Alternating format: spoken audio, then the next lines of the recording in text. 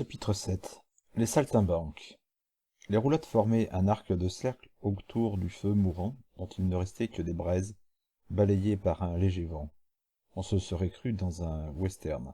Il ne manquait plus que les Indiens et la cavalerie. Deux personnes s'affairaient autour des chariots transportant les animaux. Il y avait un lama, deux chimpanzés, un vieux lion édenté, deux ineffables phoques, une volière avec 4 ou 5 perroquets, et la cage vide de l'ours. Les deux hommes donnaient du fourrage, des poissons, des graines et des fruits à toutes ces bêtes. Cela doit vous coûter une fortune d'entretenir tous ces animaux. Oh, une fortune, tu l'as dit, Pascal, une vraie fortune. Ils nous coûtent plus cher que ce qu'ils nous rapportent. Mais j'aurais beaucoup de peine à m'en séparer, alors on les garde. Nous venons d'une longue tournée dans le royaume, nous sommes épuisés et ruinés. Nous comptons demeurer quelque temps à Pernidor, où nous espérons beaucoup de la générosité du roi Wilfrid II. Le roi? S'étrangla Pascal. Il y avait donc un roi à la tête du pays. Pas de président, pas d'assemblée. Il redoutait une justice expéditive si le chevalier écarlate mettait la main sur lui. Le roi? Est-il un bon roi aimé de ses sujets?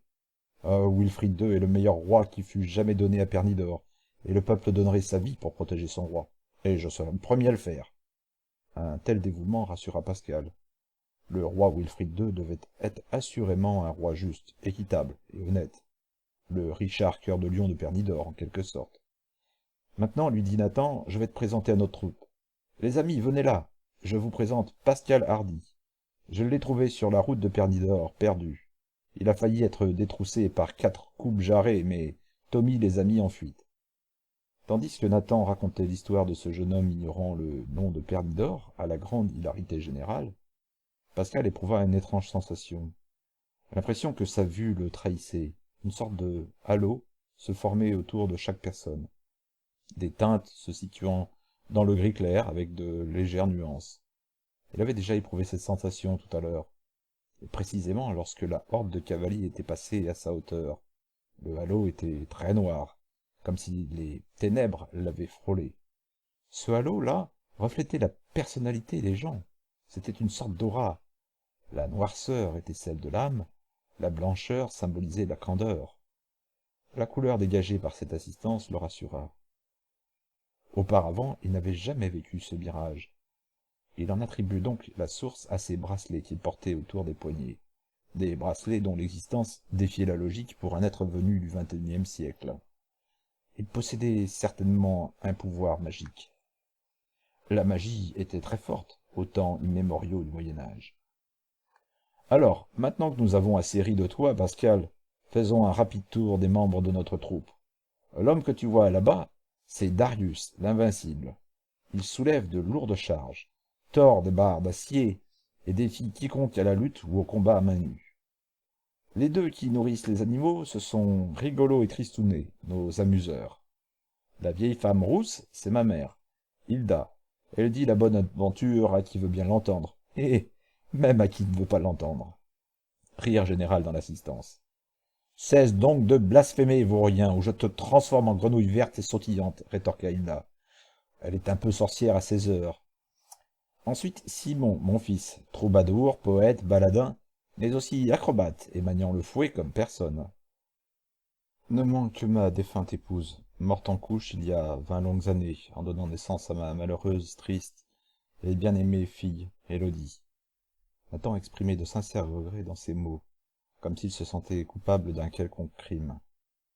Pascal n'osa pas le questionner sur le sujet. L'homme avait de la peine. Allons, Nathan, nous trouverons bien un moyen de la délivrer, lui dit Darius. Le roi se montrera peut-être compréhensif et usera de son prestige et de son influence pour la soustraire aux jougs du duc de Kingsley et à son damné Bzir, le chevalier écarlate. Pascal ne put se retenir plus longtemps. Il lança sa question à la cantonade. « Qu'est-il arrivé ?»« Un grand malheur, Pascal, avoua Nathan. Nous donnions notre spectacle au château du duc de Kingsley il y a 3 semaines de cela. Le duc a trouvé 20 filles à son goût et l'a fait enlever. Nous n'avons pas pu protester, c'était cela où nous nous faisions tous égorger. Maintenant, j'ai honte de moi, d'avoir été lâche, et de ne pas avoir préféré la mort à la vision de ma fille séquestrée et peut-être mariée à cet immonde pourceau de duc. Pascal sentit la rage dans la voix de l'homme. le dépit aussi. Un homme ayant tout perdu, espoir et honneur. Vous êtes gentil de me remonter le moral, mais vous savez bien que le roi n'attaquera pas le duc pour libérer la fille d'un saltimbanque. Allez, assez de palabres, déjeunons. Notre ami doit mourir de faim. La petite troupe se dispersa. Hilda resta près de Pascal. Elle s'approcha très près de lui et lui prit la main. Elle l'ouvrit un instant et la referma brusquement, comme choquée par ce qu'elle venait de voir. « Vous avez vu quelque chose de terrible, Hilda ?» lui demanda Pascal d'un ton légèrement ironique. « Allons, jeune homme, ne fais pas le fanfaron. Tu sais très bien ce que j'y ai vu. »« Non, je l'ignore. Qu'avez-vous vu ?»« J'ai vu d'où tu viens, qui tu es, et comment tu es venu ici.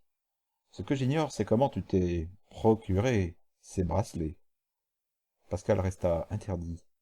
Comment cette femme ressentait-elle l'origine de ces bracelets? Que savait-elle? Il décida d'en savoir plus. « Que savez-vous? Ces bracelets ont été faits par les forces du mal. Tu n'étais pas le destinataire. Puisses-tu en faire bon usage? Qu'avez-vous vu dans mes mains? Je sais que tu viens d'un autre monde. Ça se voit à tes vêtements dont le tissu nous est inconnu. Et là, c'est la couturière qui te parle, pas la voyante. Je sais aussi que tu es venu avec une machine par une porte qui n'aurait pas dû s'ouvrir. Jamais. Une porte qu'un inconscient a ouverte pour commettre je ne sais quelle bêtise. Je connais également l'étendue de ta force. Que savez-vous d'autre à propos de ces bracelets? Ils te protégeront de la magie en temps utile. En temps utile? Je vais affronter un magicien? Peut-être. Qui sait? Allez à table, jeune homme. J'espère que tu aimes le lait de brebis. Je ne sais pas, je n'en ai jamais bu autrement qu'en boîte. En boîte? Mon Dieu, quel monde étrange que le tien. Pascal s'installa autour du feu, ravivé par l'apport de quelques branches bien sèches.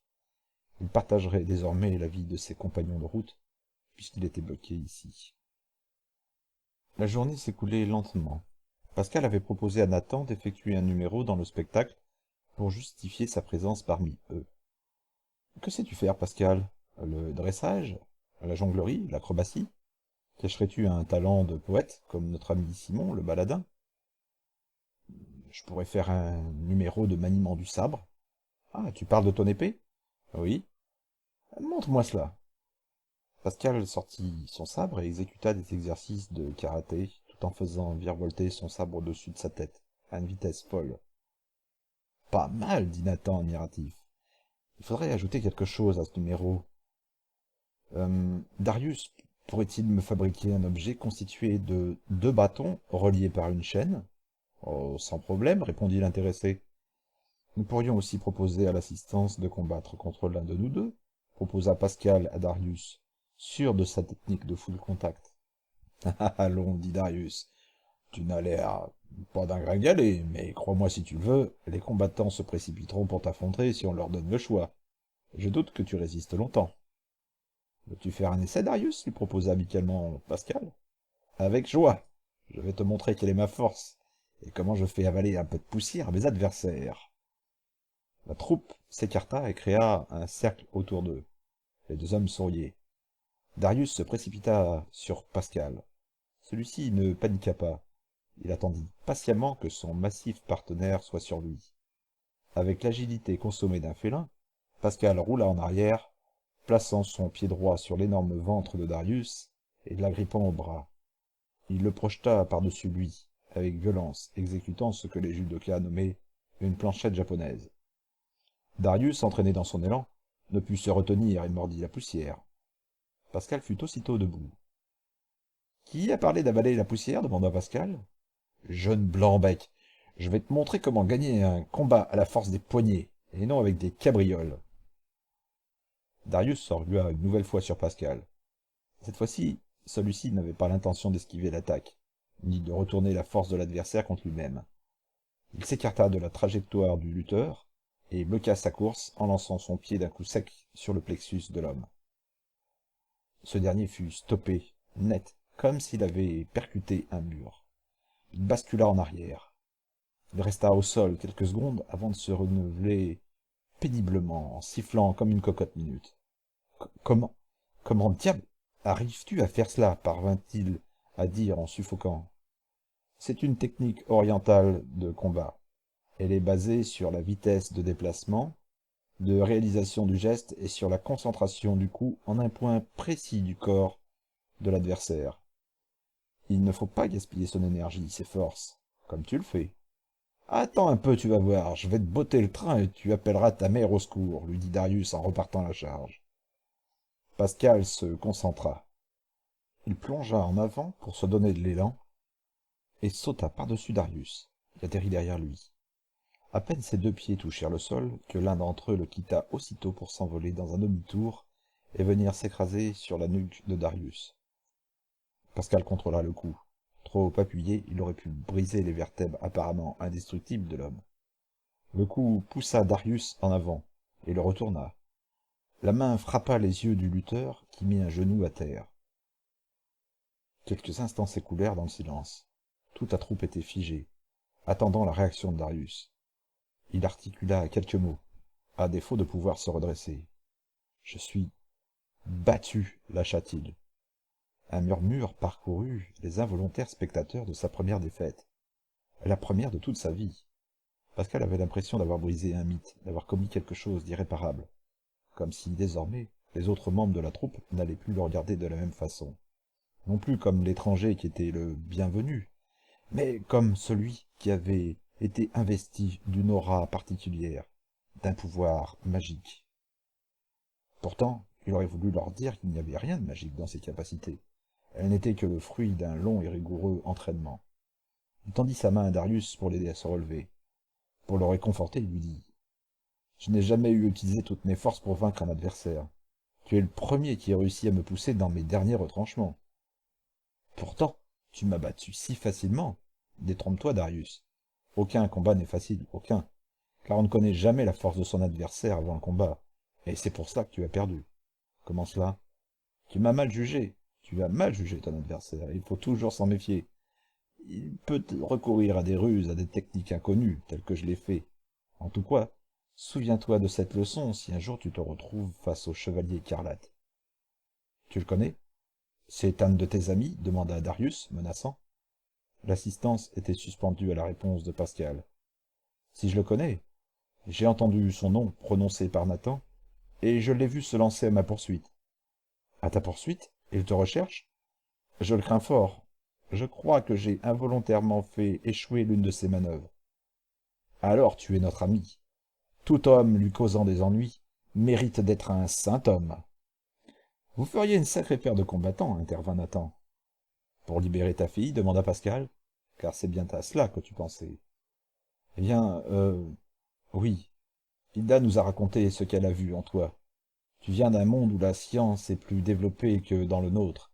Cette science, tes connaissances, ta force pourraient nous aider. Bien sûr, nous ne pouvons pas t'obliger à t'embarquer dans une telle aventure. Pascal était conscient des risques. Même avec l'aide de Darius, il ne viendrait pas à bout d'une armée. Il n'avait que son pistolet électrique en guise d'arme moderne. Les réserves de l'arme n'étaient pas inépuisables, bien que pouvant être rechargées à l'aide des cellules solaires situées dans la crosse. S'il avait eu un tank comme celui qu'il pilotait à l'armée, il aurait enfoncé cette armée sans le moindre problème. Un tank. Mais oui, s'il parvenait à remettre la rame de métro en marche, il posséderait une arme fantastique, mieux qu'un bélier pour enfoncer les portes du château. Il leur fallait réfléchir à un plan solide, savoir où se trouvait la fille de Nathan. J'accepte, Nathan, j'accepte de t'aider. Je ne peux pas oublier que tu m'as sauvé des voleurs qui en voulaient à ma vie, à ma bourse. Merci, Pascal, tu as ma reconnaissance éternelle. Mais remercie plutôt Tommy, lui dit Nathan. C'est lui qui a fait tout le travail. Il nous faut songer à un plan sérieux qui ait toutes les chances de réussir. Voyons, quels sont nos atouts? Je connais un homme qui nous dira par quel moyen entrer dans le château, dit Nathan. Pendant que nos saltimbanques débattaient de leurs techniques respectives, Hilda, la vieille femme, sourit. L'histoire était en marche. Elle avait lu dans les lignes de la main de celui venu d'un autre monde. Il n'était pas venu par hasard. Il portait le bien en lui, la volonté de faire le bien autour de lui. Elle savait que l'impossible d'hier deviendrait peut-être possible dans le futur.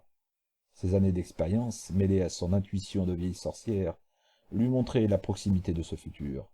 Elle pouvait presque le toucher. Elle pria les divinités pour que rien ne vienne entraver la marche du destin, pour que les deux bracelets magiques ne viennent jamais à s'unir. Pour le pire. Chapitre 8.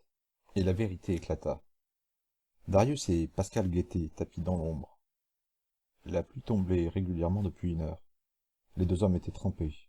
Quelques instants auparavant, ils étaient arrivés près de la grotte en la contournant. Silencieusement, ils avaient escaladé la grotte et avaient attendu la nuit venue.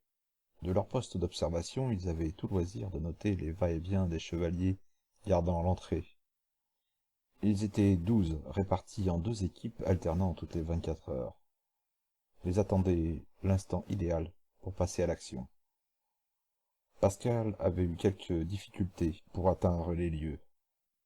Il avait dû prendre sa première leçon d'équitation et cela n'avait pas été simple.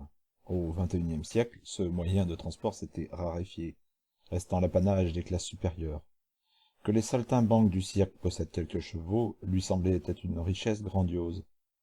Toutefois, il avait dû se résoudre à adopter une nouvelle monture pour pouvoir se déplacer rapidement. Il ne serait jamais un cavalier émérite, mais il ne s'était pas trop mal débrouillé pour cette première fois. Au début, il tenait sur le cheval.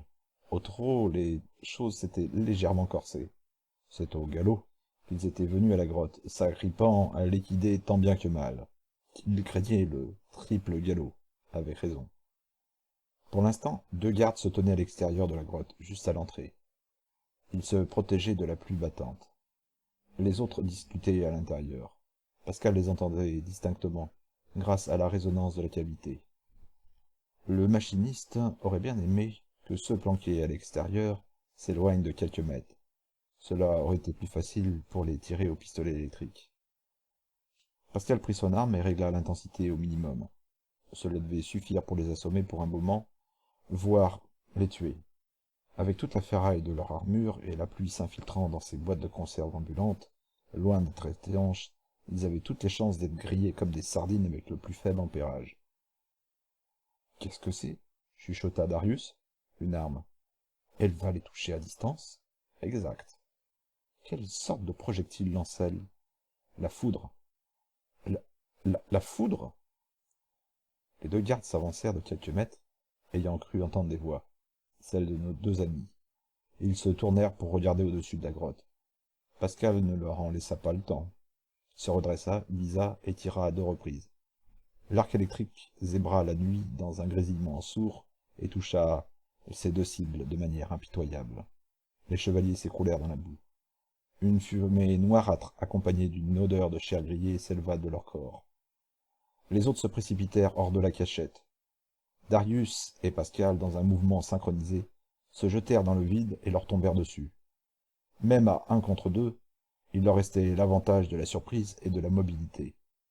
Darius avait à moitié écrasé l'un de ses adversaires.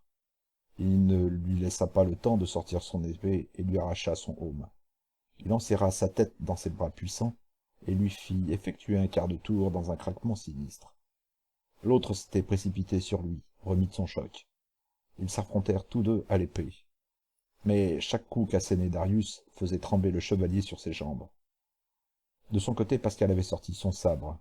Il désirait économiser au maximum son pistolet électrique. Les 2 chevaliers l'encerclèrent. Il était extrêmement concentré. Il attendait une faute de ses adversaires pour les défaire.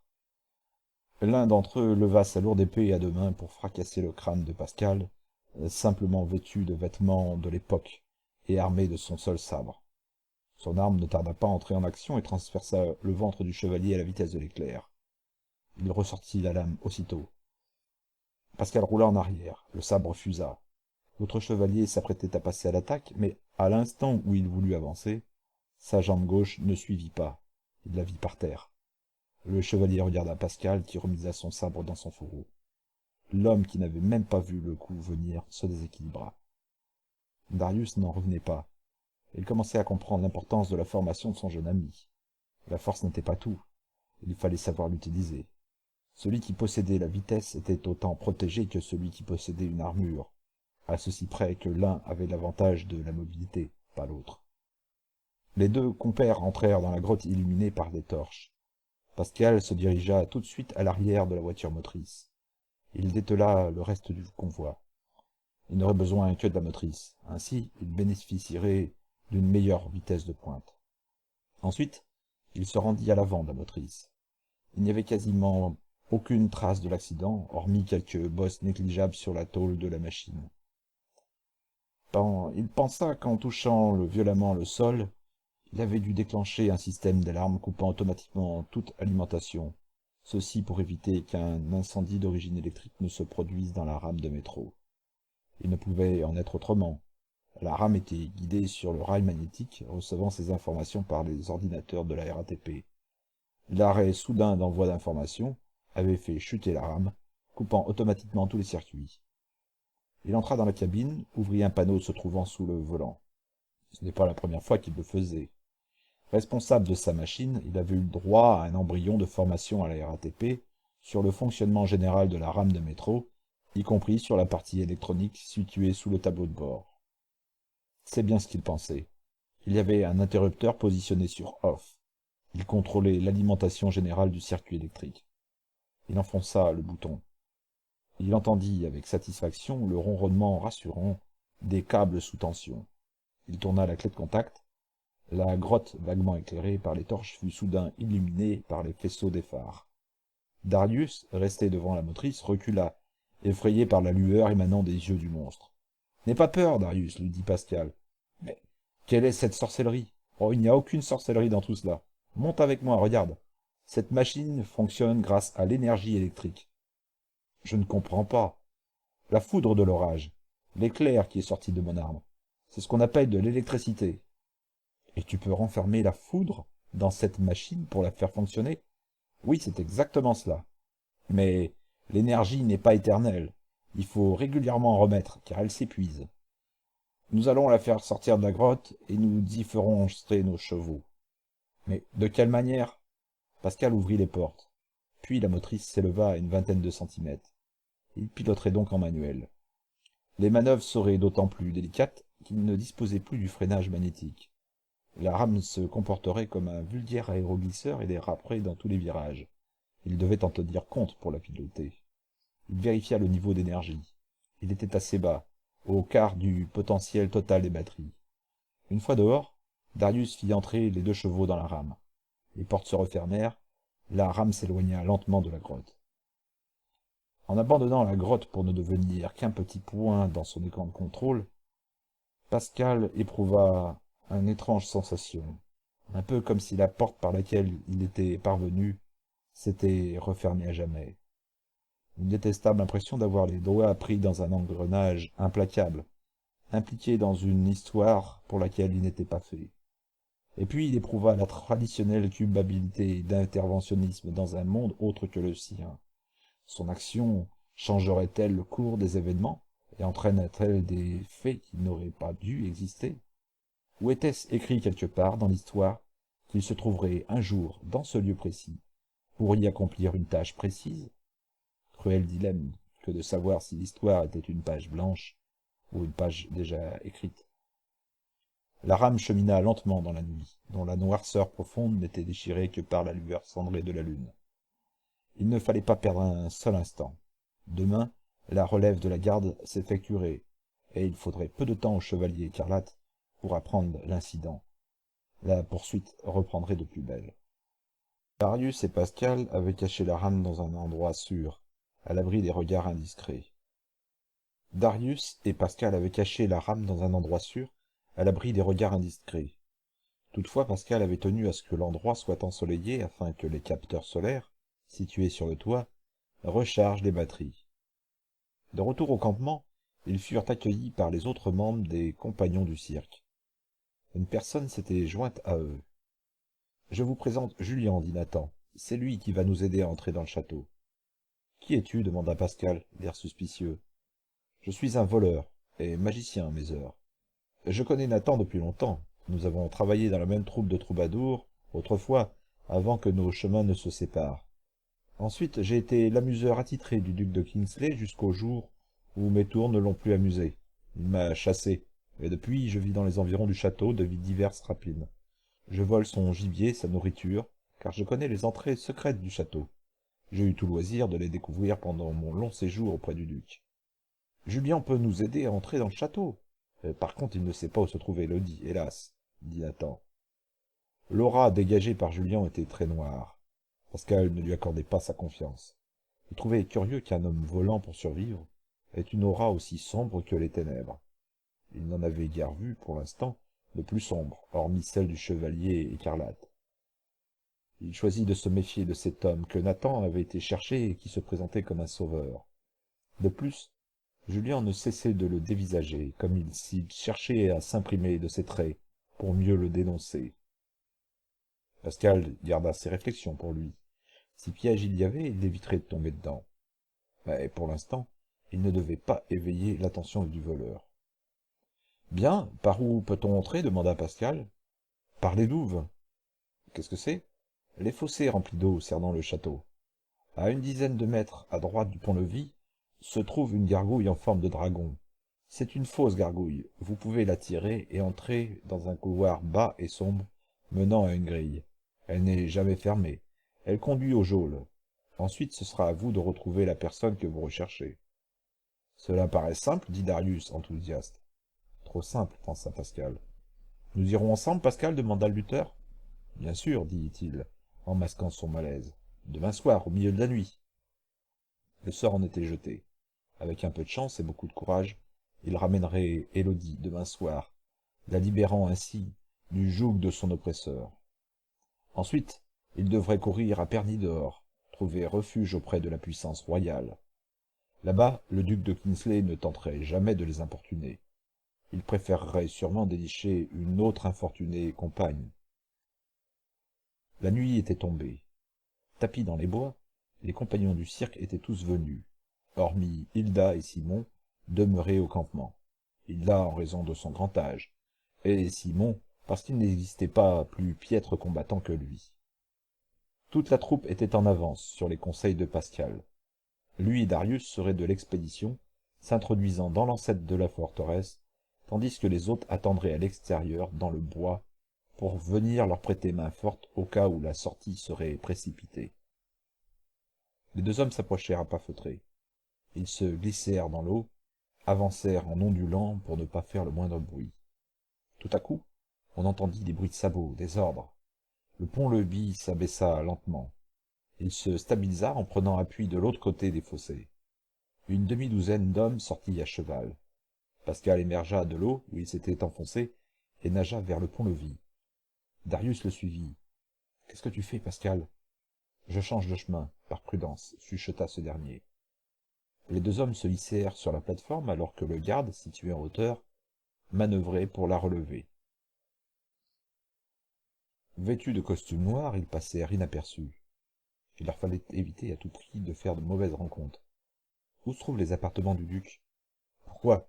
Tu ne veux tout de même pas te jeter dans la gueule du loup?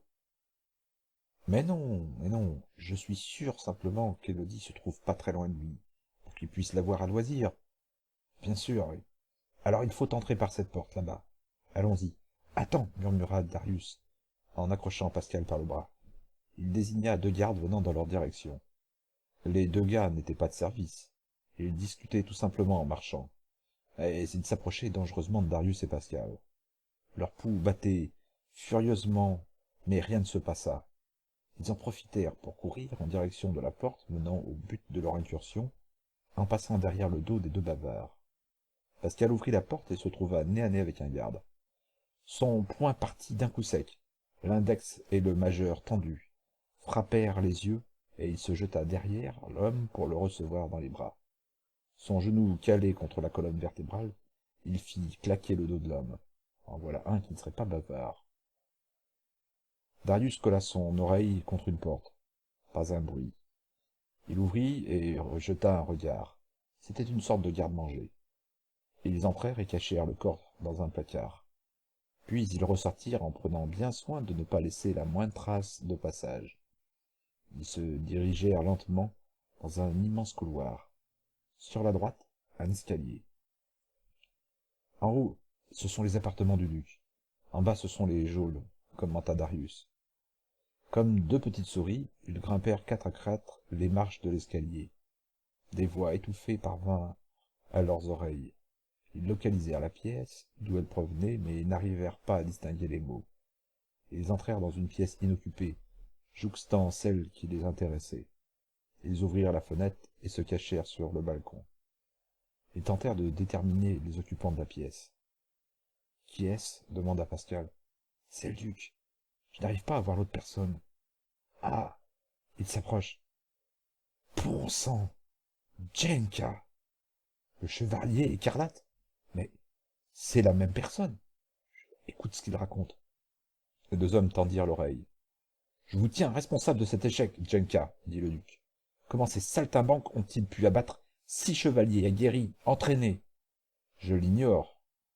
Et où se trouve cette fameuse machine capable d'apporter la victoire sur le roi? Elle est toujours dans la grotte, mais... Mais quoi? Mais il en manque une partie. La partie essentielle, je suppose. Que comptez-vous faire pour rétablir la situation? J'aimerais bien que toute cette affaire soit éclaircie avant mon mariage. Votre mariage, monseigneur? Oui, avec la fille de ces saltimbanques. Je compte bien la forcer à m'épouser dans une semaine. Jenka blêmit. Il n'admettait pas qu'une telle beauté puisse être mariée à un tel pourceau grassouillé et repoussant. Il comptait bien obtenir les faveurs de la jeune femme, grâce au filtre concocté par Titien Bracus, le sorcier. Cela risquait d'anéantir ses projets. Il serait peut-être temps de penser à une fin prématurée du duc, en ayant pris soin de le forcer à lui léguer ses titres, ses terres et sa fortune. 60 ans, c'était le bon âge pour avoir une crise d'apoplexie fatale. Eh bien, reprit Jenka, en ce moment, mes hommes filent vers le campement de ces saltimbanques. Mon informateur nous a donné l'emplacement exact. Il est sûr que l'homme qui conduisait la machine s'y trouve. Il pourrait le reconnaître facilement. De plus, nos plus valeureux gardes l'attendent dans les geôles par lesquelles il doit tenter d'entrer au château cette nuit. Bien, voilà qui est mieux. En massacrant quelques-uns de ces gens, il se décidera à faire marcher sa machine infernale pour nous aider à renverser le roi. Darius et Pascal furent atterrés par ce qu'ils venaient d'entendre. N'y tenant plus, ils décidèrent de quitter les lieux au plus vite pour porter secours à Hilda et Simon restés seuls au campement. Ils n'avaient rien appris sur l'endroit où se trouvait Élodie, et leurs chances de réussir à la ramener ce soir étaient maintenant extrêmement minces. Ils se hâtèrent. Par où passer? Les geôles. Personne n'entendra les cris des gardes. Mais on ignore leur nombre. C'est pas un problème. Ils dévalèrent les escaliers. Arrivés tout en bas, ils tirèrent une porte de bronze. Ils entrèrent dans les geôles. Où se trouve la sortie? Là où se trouvent les gardes. Évidemment, acquiesça le lutteur. Les geôles se présentaient comme une sorte de labyrinthe, le long duquel des portes donnaient sur des cachots. Au bout du dédale se trouvaient une dizaine d'hommes, le dos tourné. L'occasion était trop belle. Les deux combattants prirent leurs armes. L'arc électrique claqua bruyamment.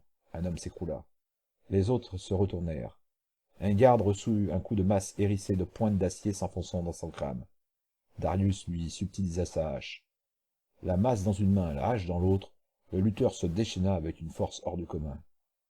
Pascal fit glisser la lame du sabre dans l'air. À chaque fois qu'elle heurta un obstacle, un homme tomba. Les gardes se battirent avec bravoure, mais les lourdes épées étaient trop lentes pour espérer une résistance bien vive face à la virevoltante maniabilité du sabre japonais qu'utilisait Pascal avec une adresse inégalée. La pièce était maculée de sang. Pascal dégagea le chemin pour atteindre la grille. Elle était ouverte. Ils s'engagèrent dans le tunnel et poussèrent la gargouille. Rien ne se passa. Personne ne leur versa d'huile bouillante sur la tête ou ne leur décocha une volée de flèches acérées. Ils se glissèrent furtivement dans l'eau et gagnèrent rapidement la rive. Sans tarder, ils rejoignirent le reste de la troupe, attendant dans le bois. « Où est ma fille » demanda Nathan, inquiet. « Nous ne l'avons pas trouvée, dit Darius. « Il faut vite rentrer au campement, ordonna Pascal. Nous avons été trahis. Hilda et Simon sont en danger de mort. » Pascal ne prit pas le temps de réfléchir. Il enfourcha son cheval et partit au galop. Les autres le suivirent sans attendre. Nathan était prostré, à genoux devant la dépouille de son fils Simon. Une dépouille au vrai sens du terme. Les hommes du chevalier écarlate, dans un accès de barbarie rarement égalé, avaient mutilé le corps du jeune troubadour après l'avoir capturé et pendu. Ils l'avaient dépecé de la base du cou au genou, le laissant suspendu à sa corde, les lambeaux sanguinolents de peau mollement balancés par le vent. La vision avait de quoi révulser les yeux pourtant entraînés à voir des horreurs. Haine, douleur, tristesse, culpabilité, vengeance ou abattement, Nathan ne savait plus à quel sentiment se vouer. son fils, son unique fils, connaissant une fin aussi tragique, contrastant avec les fins heureuses des ballades qu'il mettait en musique. Sa fille, aux mains des meurtriers, des innombrables assassins. Et, pour comble de malheur, sa mère Hilda avait disparu. J'ai fait le tour du campement, Nathan, dit Darius. Hilda n'a pas fui. Elle a probablement été enlevée par ces monstres. En ce moment, elle doit partager la captivité de ta fille. Nathan ne répondit rien. Il ne savait plus quoi répondre. Il était perdu dans sa tristesse, comme le marin perdu dans le brouillard, cherchant sans cesse la pâle lueur réconfortante du phare pour rentrer chez lui. Il était aussi sans défense, comme l'oiseau tombé du nid. Darius continua. Ils ont brisé les cages et les animaux se sont enfuis. Ils errent sûrement dans la forêt. Impossible de les récupérer si ce n'est ce gourmand de Tommy. J'ai placé un pot de miel près de sa cage en espérant que son estomac le poussera à revenir. J'ai tout perdu, avoua Nathan, tout. Il reste l'espoir, Nathan, dit Pascal. L'espoir? Quel espoir? Je n'ai plus rien, ma vie est détruite, en miettes, comme le pain trop rassis que l'on broie de la main. Darius et moi avons vu qui est le chevalier écarlate. Quelle importance cela a-t-il? D'après Darius, il s'agit de Jenka. Jenka s'étonnèrent Nathan et les deux clowns. Ce traître est vivant demanda Nathan. Pascal vit la lueur briller dans les yeux de l'homme. Il avait trouvé ce qui l'aiderait à réagir après les terribles événements auxquels il venait d'assister. « Je l'ai vu comme je te vois, s'exclama Darius, tranquillement en train de deviser sur notre capture, sur celle de Pascal plus particulièrement, avec le duc de Kingsley. Celui-là est trempé jusqu'au goût.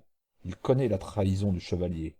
Je crois que le roi Wilfrid II serait satisfait d'entendre une pareille nouvelle. »« Oui, mais comment obtenir une audience auprès du roi ?» se lamenta Nathan. « Il faut lui offrir un spectacle digne de lui. »« Un spectacle? Mais nous n'avons plus rien. »« Si, l'espoir et la volonté.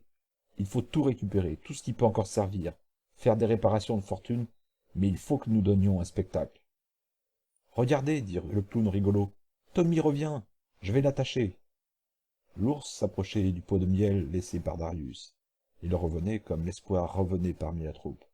Demain, ils se mettraient au travail, et le soir, ils donneraient le spectacle de leur vie. Chacun se surpasserait. L'enjeu les motiverait.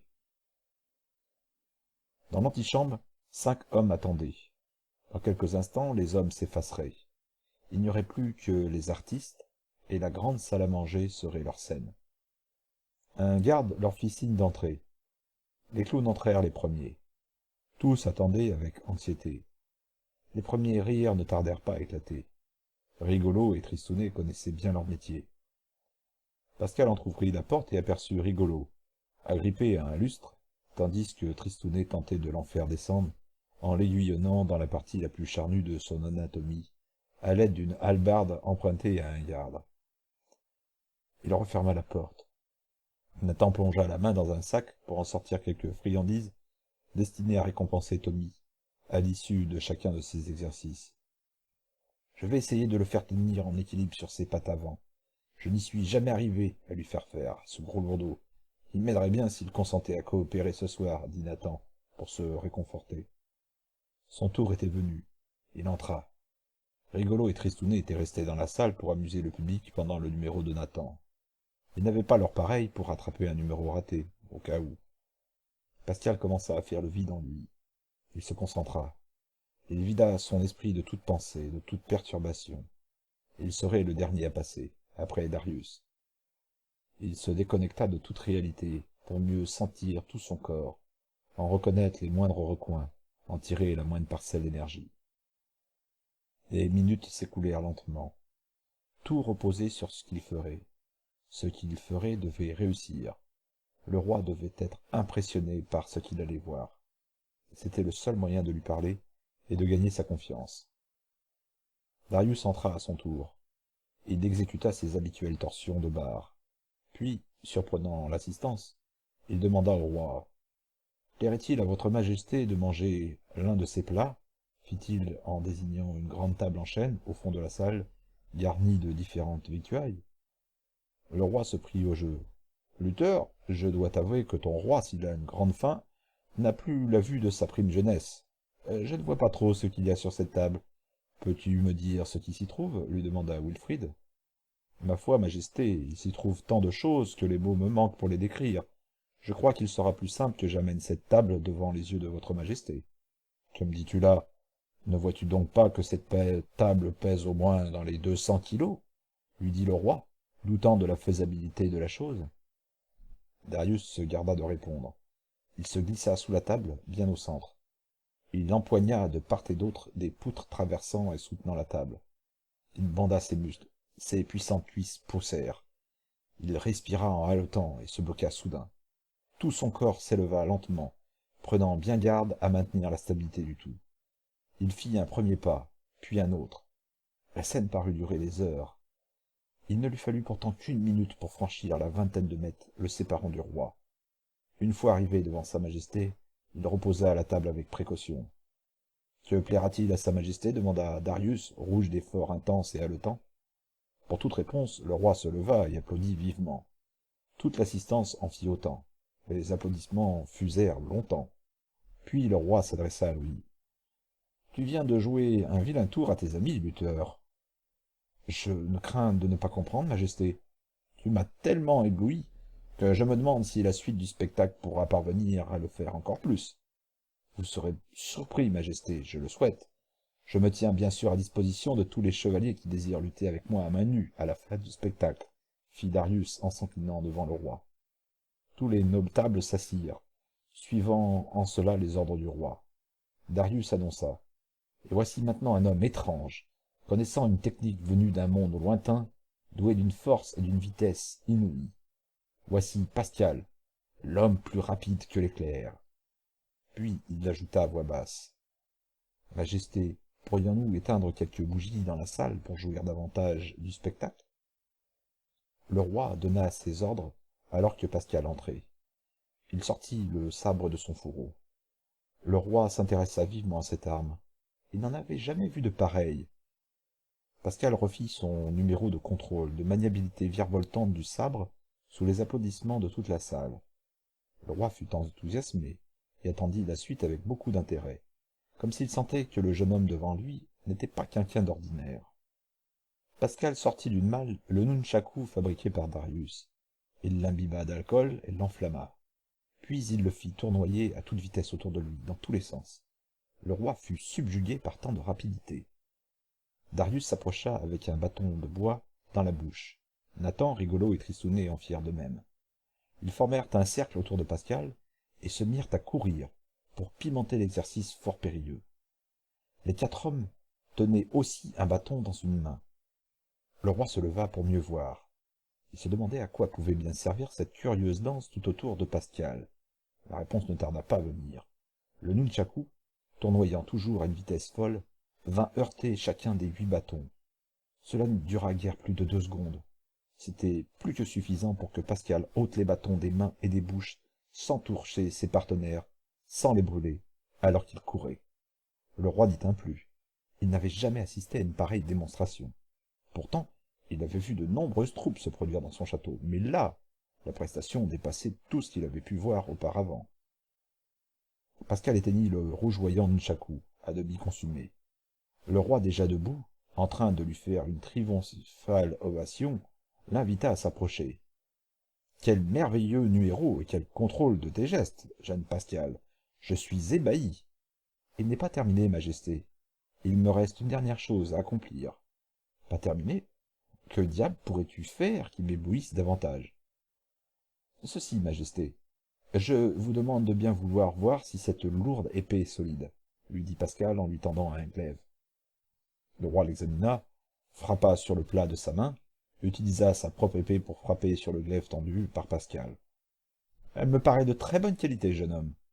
Que veux-tu faire de cette épée? »« La briser. »« Rien de plus simple, ma fidèle épée sera capable de la briser au combat. »« Je ne parlais pas de la briser de cette manière, majesté. »« Et de quelle manière comptes-tu y parvenir? »« À main nue, majesté. » Un murmure suivi de rire parcourut la salle, mais ils cessèrent aussitôt sur un geste du roi.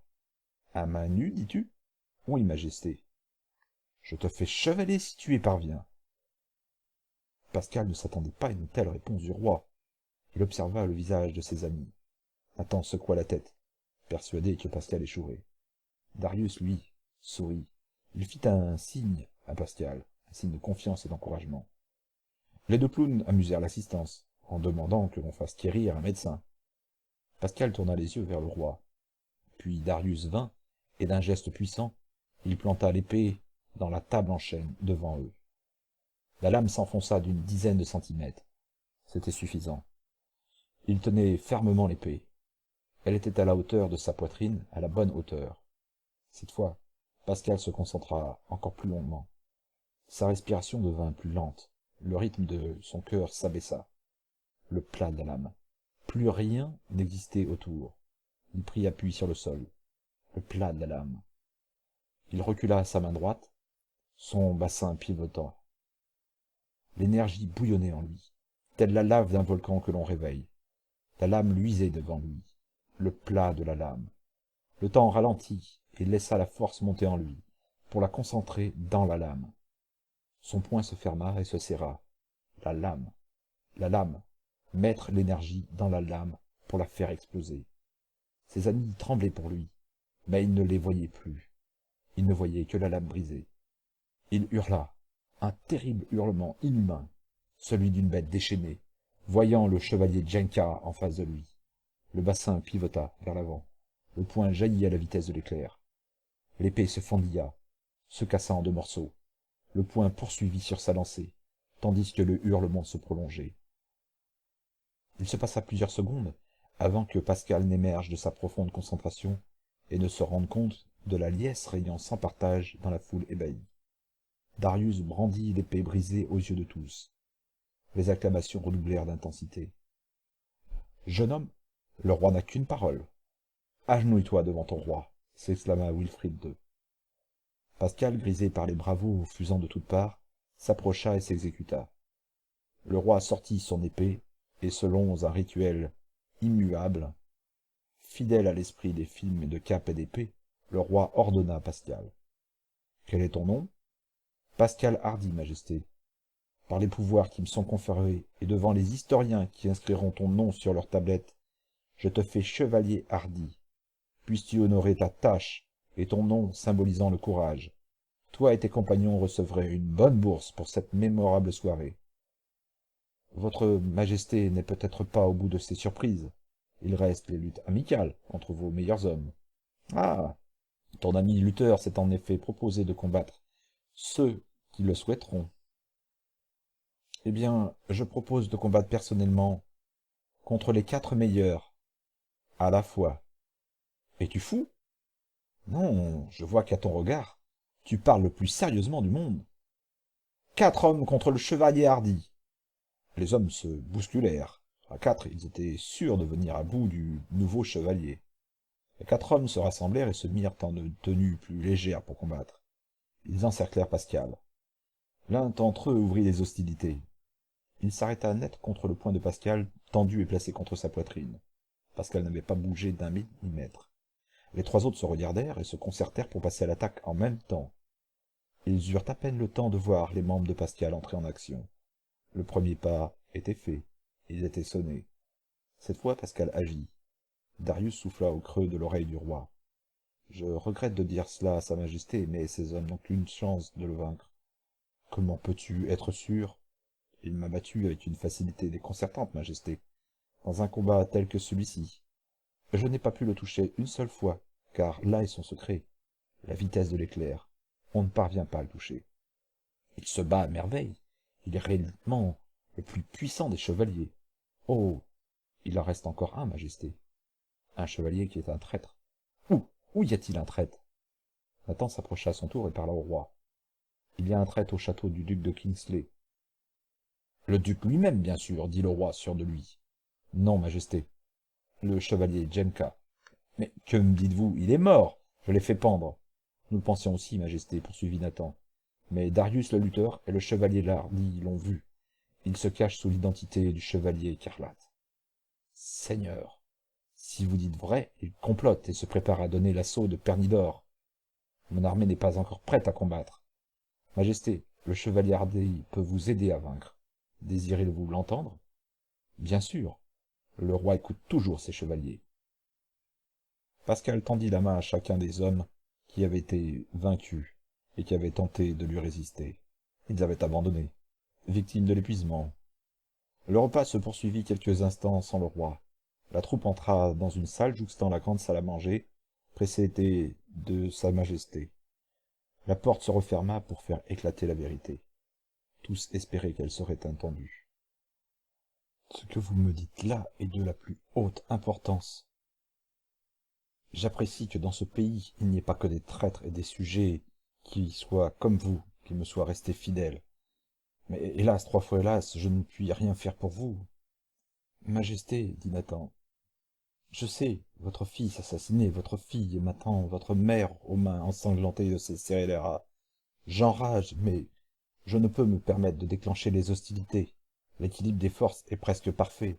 Une guerre saignerait le pays pour longtemps, et l'issue du combat resterait indécise tant qu'il subsisterait une parcelle de vie dans chacun des deux camps. La seule chose que je puisse faire, c'est vous offrir l'hospitalité et vous prêter quelques-uns de mes meilleurs hommes pour tenter une expédition secrète. Ces hommes seront déguisés et se mêleront à la population pour couvrir vos arrières en cas de fuite précipitée. Nous vous remercions de votre geste, Majesté, dit Pascal. Sachez que je saurai mettre mon sabre à votre service quand le moment en sera venu, Majesté. Je n'en doute pas un seul instant, chevalier. Maintenant, partez rejoindre des appartements que j'ai fait préparer dans une aile du château. Le roi n'eut pas le temps de sortir de la pièce pour donner ses ordres, qu'il se heurta à un page entrant en courant, essoufflé. « Eh bien, capitaine, où cours-tu ainsi? Pourquoi me bouscules-tu ainsi ?»« Cet homme est capitaine, Majesté ?» demanda Pascal. « Oui, c'est le plus efficace de mes espions. » Pascal et les autres étaient à la fois dubitatifs et admiratifs. L'homme paraissait à peine plus âgé qu'un adolescent imberbe. Sa voix était fluette et son allure fragile. Il était vêtu comme un simple serveur de cuisine. Ils avaient peine à croire qu'un tel homme puisse appartenir à l'élite royale. Après tout, c'était probablement à cause de son aspect exagérément jeune et digne de confiance qu'il avait été choisi pour effectuer ce travail. « Pardonnez-moi, Majesté, mais j'apporte des nouvelles de la plus haute importance. »« Quelles sont ces nouvelles qui me valent un pareil traitement ? » « Je viens du château du duc de Kingsley, Majesté. Il s'y trame des événements graves pour la sécurité du royaume. Une femme va être brûlée en place publique demain matin, un peu avant le déjeuner. »« S'agit-il d'une femme rousse ?» demanda Nathan, inquiet. « Oui, répondit le page. Elle a été capturée hier soir et a été jugée en quelques minutes. Elle est accusée de sorcellerie. »« De sorcellerie ?» s'inquiéta le roi, qui n'aimait pas particulièrement les histoires de sorcières. « Oui, Majesté. Elle aurait transformé le chien du duc de Kingsley en un animal noir et démoniaque, au rire satanique, et doté de nageoires comme un poisson. « Qu'est-ce que c'est que cela ?» demanda le roi, en se tournant vers la petite troupe. Nathan prit la parole. « Oh, il n'y a nulle sorcellerie dans tout cela, Majesté. L'animal dont parle votre capitaine n'est qu'une otarie. »« Une otarie ? » ?»« Oui, Majesté, une otarie ramenée de nos voyages, et dressée pour accomplir quelques tours. C'est un animal rieur, très joueur, et qui n'a rien de satanique. Ils ont volé nos animaux hier soir. Il ne nous reste plus que notre ours. Ils ont inventé cette histoire abracadabrante pour exciter l'imagination de la population locale, et justifier cette exécution. Majesté, je crois que cet homme dit vrai. Qu'est-ce qui te fait croire cela, capitaine? La jeune femme séquestrée refusait d'épouser le duc de Kingsley, et j'ai ouï dire que des préparatifs étaient organisés pour que le mariage soit célébré le lendemain de cette exécution. Le duc compte ainsi forcer la décision de la jeune femme. C'est son intention. Et il y a plus grave, Majesté. Encore, les troupes de Kingsley se mobilisent. Une manœuvre de grande envergure, pour m'impressionner peut-être? C'est ce qu'affirme le duc de Kingsley, qu'il ne s'agit que d'un simple entraînement, mais je sais que c'est une grande attaque qui se prépare. Les béliers pour enfoncer les portes, les catapultes pour ouvrir de larges brèches dans les murailles, sont activement préparés. Les stocks de flèches et de lances grossissent dangereusement. Je l'affirme, Majesté, la guerre se prépare. Mais pourquoi Kingsley nie-t-il l'évidence? Je crains, Majesté, que tout ceci soit l'œuvre du chevalier écarlate. Ce maudit Jenka. Mais, Majesté, le chevalier Jenka a été pendu. Une illusion. Nous avons tous été victimes de ces tours maléfiques. Il n'est pas mort. Alors, cette traîtrise lui ressemble fort. Il agit dans le dos du duc, et il lui réserve quelque traitement spécial. Il y a fort à parier qu'il tente de l'assassiner, ainsi qu'il l'avait fait sur votre personne, et qu'il mette cet assassinat sur le compte de Perdidor. Mais où s'arrêtera-t-il donc, ce maudit chevalier? Kingsley n'aurait jamais eu l'intention de s'attaquer à lui, bien que ne le portant pas dans son cœur. Mais Jenka, toujours vivant et désireux d'assoiffer sa soif de vengeance, aurait la témérité de s'attaquer à Perdidor. Capitaine, ta mission est achevée. Tu es un fin tacticien mais un piètre combattant. T'envoyer là-bas une nouvelle fois ne nous servirait à rien et mettrait ta vie en danger. Organise le soulèvement et la défense de Perdidor. Prépare notre armée à une attaque comme jamais elle n'a subi. Ce sera une bataille effroyable, mais nous aurons l'avantage de déjouer leur effet de surprise. Donne quelques-uns de nos gardes au chevalier hardi, pour qu'il l'accompagne dans sa folle et périlleuse tentative, pour délivrer les compagnes des griffes de Jenka.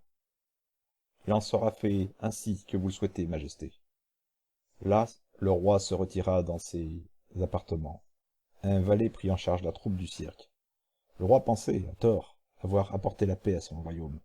Il pensait qu'en faisant le bien, en rendant justice et en recherchant le bien-être de son peuple, il serait un roi aimé et respecté, sachant préserver le fol espoir qu'était la paix. Mais la folie d'un seul homme suffisait à briser l'espoir. La cupidité pousserait une fois de plus les hommes à s'entretuer. Chapitre 9. Et la paix s'envola. L'homme grassouillet se dirigeait lentement vers ses appartements. Le manque d'exercice flagrant et les abus de la bonne chère lui avaient conféré un aspect sphérique aux entournures, des excédents le gênant de plus en plus dans sa démarche. Il déambulait souvent dans les couloirs le soir, dans l'espoir de surprendre quelque conversation secrète, ou d'entendre des dialogues crus entre un coquin et une coquine. D'ailleurs, lorsqu'il ne surprenait pas de tels mots à travers l'épaisseur d'une porte en chêne, il n'hésitait pas à entrer sans frapper, à s'immiscer dans l'intimité du couple s'ils étaient consentants, ou à chasser l'homme pour profiter de la femme si celui-ci se montrait récalcitrant. La femme, dans tous les cas de figure, n'avait guère le choix. Il entra dans sa chambre, n'ayant rien trouvé de suspect ou de grivois à entendre ce soir. Tapi dans l'ombre des tentures, un homme attendait.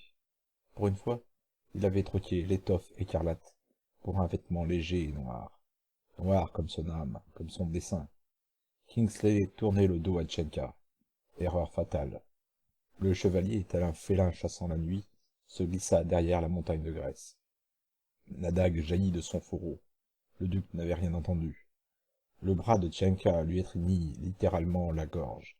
Il aurait pu l'étouffer, juste en serrant un peu, jusqu'à ce que le duc cesse de se débattre.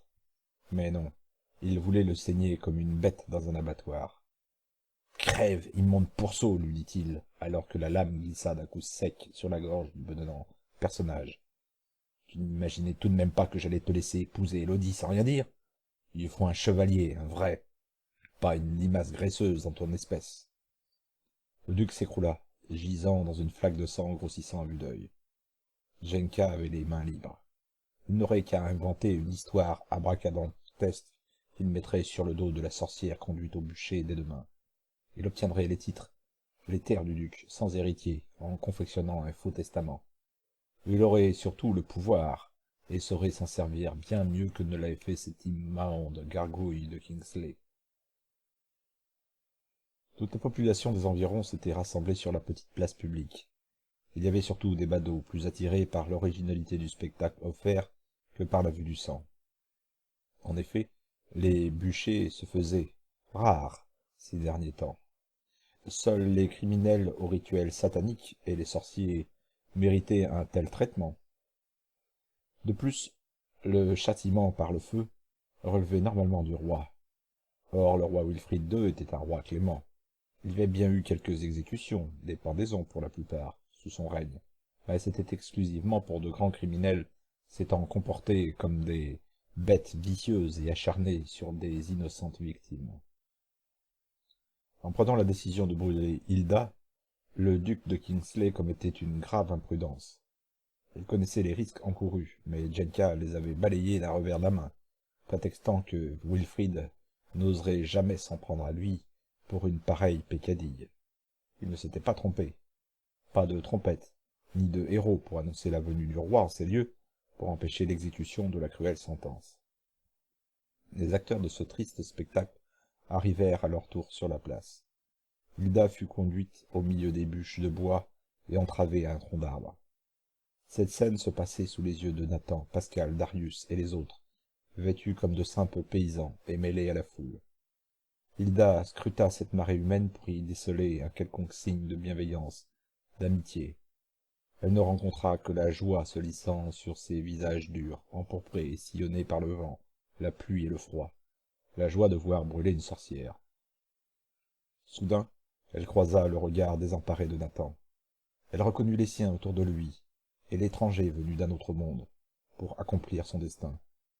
Nathan porta sa main à sa dague, dissimulée sous ses frusques de paysan. Mais Hilda lui fit signe de la tête. Ne rien faire, ne rien tenter. Il y avait bien trop de gardes sur cette place, et les siens étaient bien trop peu nombreux pour en venir à bout. Ils étaient condamnés à assister à l'immolation de leur ami. Djenka, ou plutôt le chevalier écarlate, parut sur le haut de la muraille du château. Au dehors, en bas, la place lui sembla plus petite. Il considéra comme un signe favorable le fait qu'elle soit noire de monde. À ses yeux, cette exécution était un succès populaire. Élodie se tenait à ses côtés, contrainte. La vue de sa grand-mère attachée et promise au feu l'emplit de tristesse et de désespoir. Elle chercha à éviter la vue de cette horreur, mais Djenka la maintint fermement pour qu'elle jouisse de tout le spectacle. De l'autre main, il tenait un parchemin. Il souhaitait visiblement énoncer lui-même les prétendus chefs d'accusation et annoncer leur sentence. La présente femme, nommée Hilda, est accusée de sorcellerie. Elle a transformé le chien de notre duc bien-aimé en un maléfique animal que voici, annonça Djenka, en exhibant l'animal marin du haut de son perchoir de pierre. La foule murmura son étonnement à sa stupéfaction. Elle conspua Hilda, en vociférant et en proférant des menaces de damnation éternelle. Djenka avait réussi sa manœuvre. Il lui restait une dernière couleuvre à faire avaler. Mais le plus grave, ajouta-t-il en élevant la voix pour couvrir la vindicte populaire, le plus grave, c'est que notre bon duc a voulu faire avouer ses crimes pour lui accorder sa clémence, et la traîtresse l'a remercié en l'assassinant. Un « oh » puissant s'éleva des gorges réunies en bas. Nathan et ses compagnons se regardèrent, interloqués. C'est signé de la main de Djenka, pensa Nathan. Il a tué Kingsley pour pouvoir hériter de sa fortune et de ses pouvoirs. Le capitaine avait raison. Pascal, quant à lui, n'écoutait même pas le discours du chevalier félon. Il n'avait Dieu que pour l'apparition dans la trajectoire de son regard. Cette apparition, c'était Élodie. L'aura qu'elle dégageait, cette aura qu'il pouvait voir grâce au bracelet magique, était aveuglante, tant elle était d'une blancheur immaculée et pure, plus blanc que blanc. La finesse de ses traits et son visage harmonieux le subjuguèrent. Il sut que ses sentiments, ses pensées, son cœur, étaient aussi purs que l'aura. La nommée Hilda, pour ce crime odieux, est donc condamnée à être brûlée vive, poursuivit Djenka. Avant que le bourreau n'accomplisse son travail, je me dois de vous avouer que le duc m'a révélé, avant de rendre son dernier soupir, que cette créature du diable a été envoyée ici par le roi Wilfrid II en personne. La foule gronda. Djenka continua sa manœuvre. Il a également voûté cette jeune femme et l'a envoyée pour tuer le duc, au cas où la sorcière aurait échoué. De moins, il espérait l'épouser une fois son forfait accompli. Mais j'ai déjoué ses plans. Tout à l'heure, dans la grande salle du château, elle et moi serons unis par les liens sacrés du mariage. Ensuite, je lèverai l'armée pour aller combattre l'ensorceleur. La liesse la plus complète envahit la foule. Le peuple aimait les histoires de sorcellerie et les croyait sans mal. Les hommes brandirent leurs fourches, prêts à suivre le chevalier dans sa croisade. Sur un geste du félon, le bourreau fit son ouvrage. Il jeta une torche enflammée sur les bûches. Hilda ne tarda pas à inhaler les premiers miasmes étouffants. Elle périrait bien avant d'être brûlée, empoisonnée par l'abondante et épaisse fumée. Pascal et les autres firent quelques pas en avant. Nathan contint sa douleur avec peine, mais manifester ne lui apporterait que la mort. Il ne regrettait qu'une seule chose, avoir dû assister à cette mise à mort les bras ballants, ne pouvant rien faire pour délivrer sa mère. Pascal, hurla Hilda, Pascal, tu dois joindre les deux bracelets pour repartir dans ton monde. Sa voix se tut. Elle avait perdu connaissance. Le feu achèverait son ouvrage. Pascal détourna les yeux et fixa ses poignets. Si Hilda avait dit vrai, il rejoindrait instantanément le XXIe siècle. D'ailleurs, il ne l'avait jamais vraiment quitté, puisqu'elle se trouvait quelque part près de lui. Il franchirait la porte séparant deux mondes possibles. Il suffisait de joindre les bracelets et tout basculerait. En était-il sûr? Était-il sûr que la jonction des deux anneaux saignant ses poignets le renverrait dans son monde? Hilda n'avait-elle pas déliré sous la terrible et néfaste influence de la fumée grise du bûcher? Pour le savoir, il suffisait de les faire s'entrechoquer. Après, il serait trop tard pour revenir en arrière. L'éclatante blancheur d'Élodie, cette aura le fascinant, le ramena à son immédiate réalité. Il y avait cette jeune femme au regard si tendre et pourtant si désemparé. Imagina sa torture en ce moment, en voyant les flammes achever de consumer le corps calciné et méconnaissable de la diseuse de Bonaventure. Il ne joindrait pas les deux bracelets. Pas maintenant. Sans mot dire, il se glissa à travers la foule. Les autres restèrent parmi la populace, attendant d'être crucifiés dans leur cœur, à l'instant où le mariage entre Élodie et Jenka serait célébré. Ce dernier avait annoncé qu'il n'y aurait pas de cérémonie religieuse. On eût été étonné du contraire de la part d'un chevalier à la réputation sulfureuse. Pascal sortit de la masse humaine et se dirigea vers les chevaux de la troupe. Il enfourcha son destrier et disparut bientôt de l'horizon. S'il y avait quelque chose à faire, c'était maintenant. « Où est Pascal » demanda Nathan, revenant peu à peu à la réalité. « Je crois savoir où il est parti, dit Darius. Il faut rassembler les hommes du roi pour qu'ils se tiennent prêts à couvrir notre fuite. Moi, je vais m'occuper du pont-levis en entrant dans le château. Il va revenir? Oh oui. Pascal s'était installé aux commandes de la motrice. À l'avant de la machine, une impressionnante rangée de pointes d'acier avait été fixée. La nuit où Darius et lui avaient repris leur précieuse alliée, ils ne s'étaient pas contentés de la cacher. Pendant plusieurs heures, ils s'étaient attachés à en faire une véritable machine de guerre. La rangée de pointes, longue d'environ 30 centimètres chacune, était destinée à embrocher leurs éventuels adversaires. L'engin filait à toute allure. Pas de limitation de vitesse ici. Pas d'ordinateur de la RATP pour vous faire oublier totalement que vous êtes le conducteur de la machine. Au début, la conduite sans rail magnétique lui avait posé quelques problèmes. À présent, il avait la motrice bien en main. Il sentait parfaitement ses réactions tout en glissade, en long dérapage. Le plein d'énergie y avait été fait grâce à l'ardeur du soleil. Au bout du chemin de terre, il devina le château de Feu-le-Duc de Kingsley, château appartenant désormais au chevalier Jenka. Sur le haut de la muraille, un homme massif se glissa derrière deux gardes. Les prenant par surprise, il broya leur tête dans ses mains sans que les malheureux soldats aient le temps de réagir. Deux craquements simultanés leur ôtèrent définitivement leur dernier souffle de vie.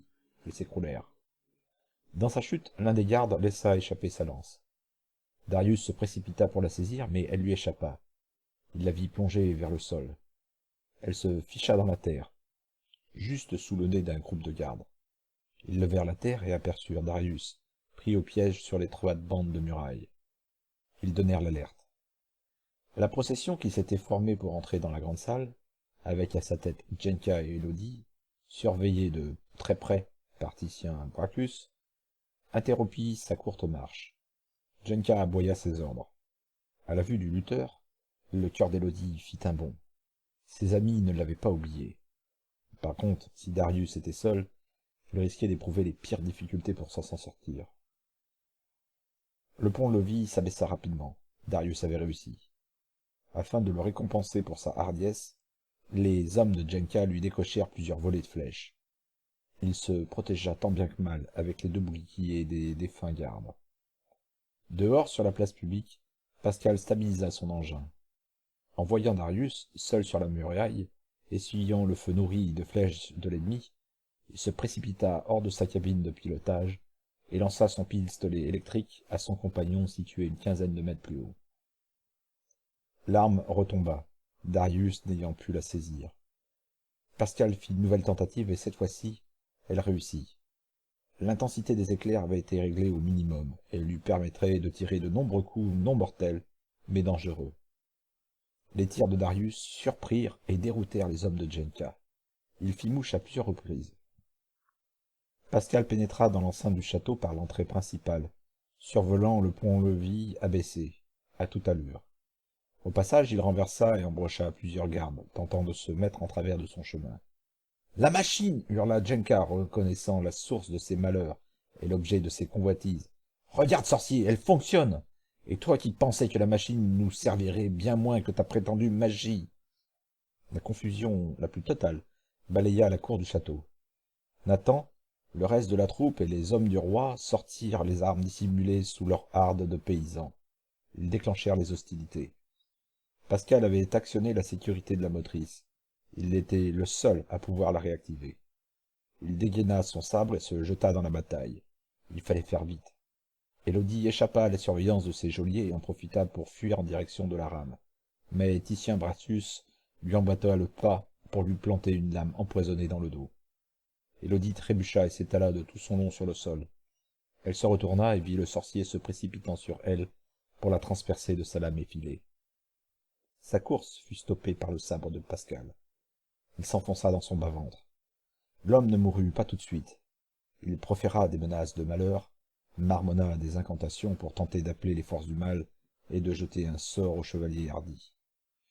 Les forces du mal restèrent sourdes à ses appels. Son visage exprima l'horreur lorsqu'il découvrit les bracelets luisants sur les bras du jeune homme. Il ne pouvait rien faire. Cet homme était protégé de toute magie. Il mourut dans un dernier soubresaut. Pascal se saisit de la main d'Élodie.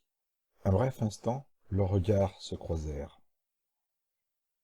C'était la première fois qu'elle le voyait, et pourtant elle pressentait sa venue. Elle avait l'impression de le connaître. Peut-être des dons hérités d'Hilda, sa grand-mère.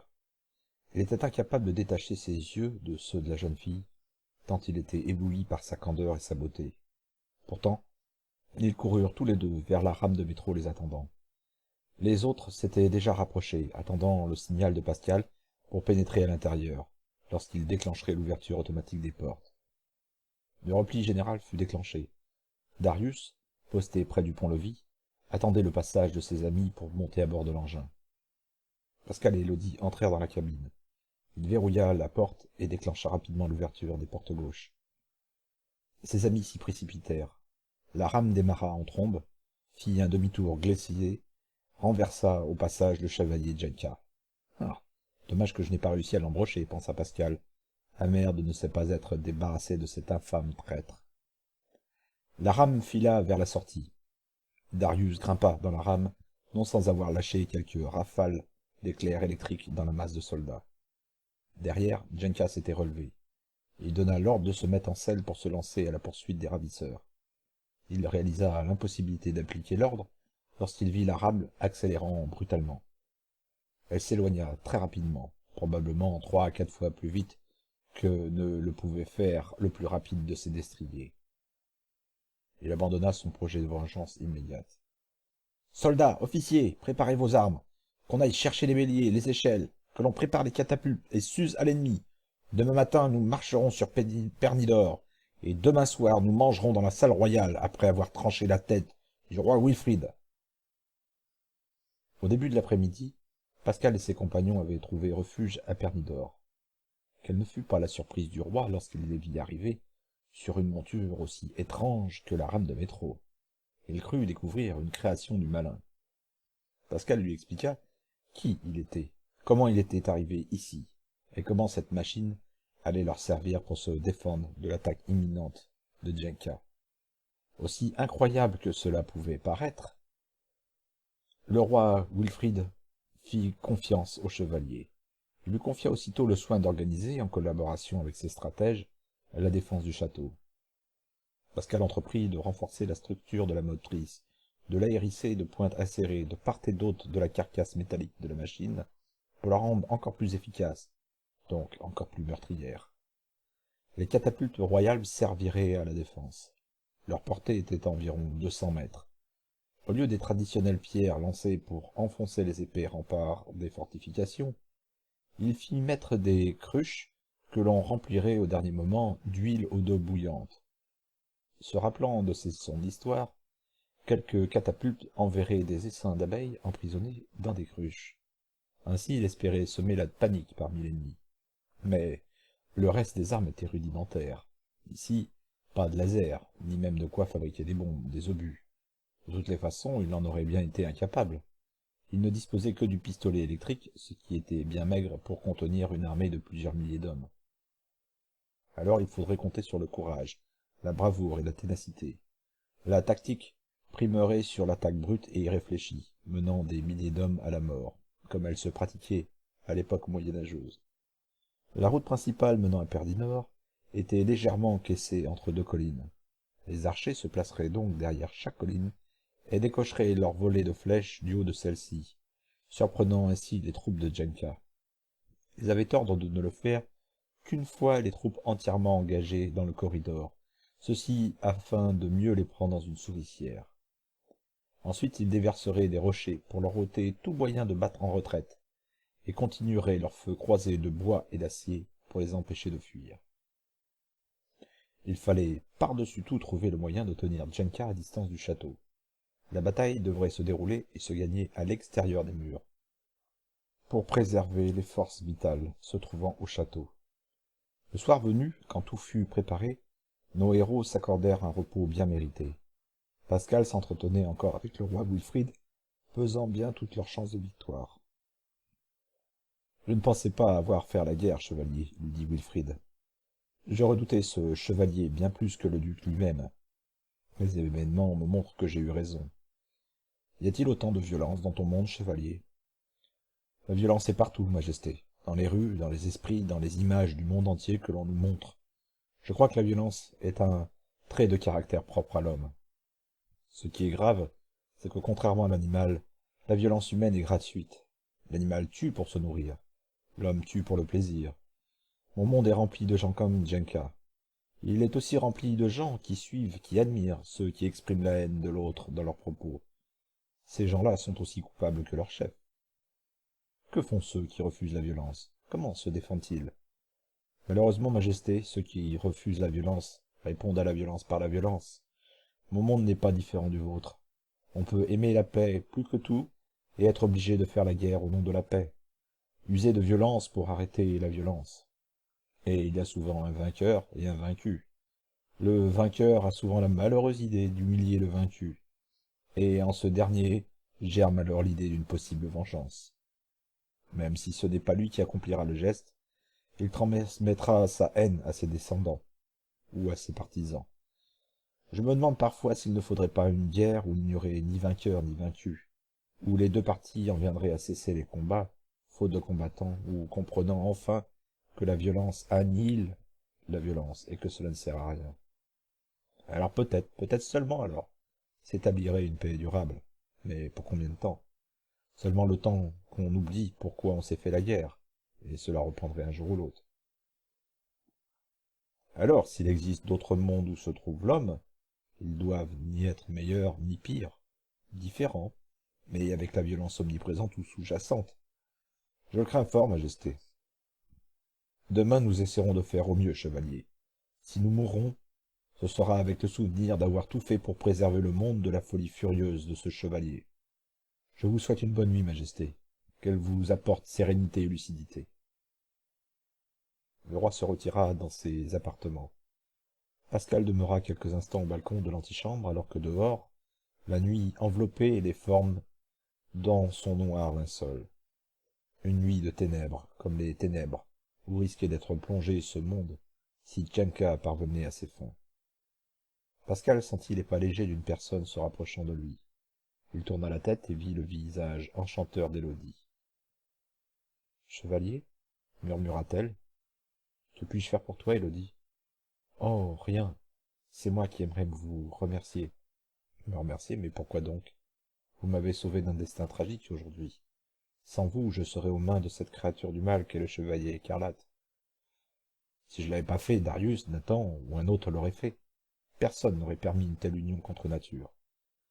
Comment savez-vous que je suis différente de Janka? Je le sais grâce à ses bracelets. Ils sont magiques, n'est-ce pas? Oui. Que permettent-ils de voir? Ils me permettent de voir ton aura, ta candeur. Ils me disent combien ton cœur est pur, combien tes sentiments sont nobles. Ils me montrent qu'aucune autre personne n'atteint ta noblesse. Je suis confuse, chevalier. C'est pourtant ce que me disent ces bracelets. Les croyez-vous? Pascal hésita quelques instants. Il regarda la jeune femme, simplement vêtue d'une robe blanche, agrémentée de quelques touches bleues et roses.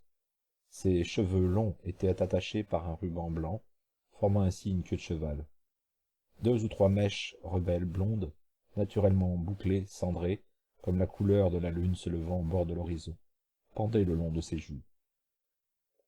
Le balcon était plongé dans une semi-obscurité, mais le vert des yeux de biche de la jeune femme brillait en attendant fébrilement la réponse de Pascal.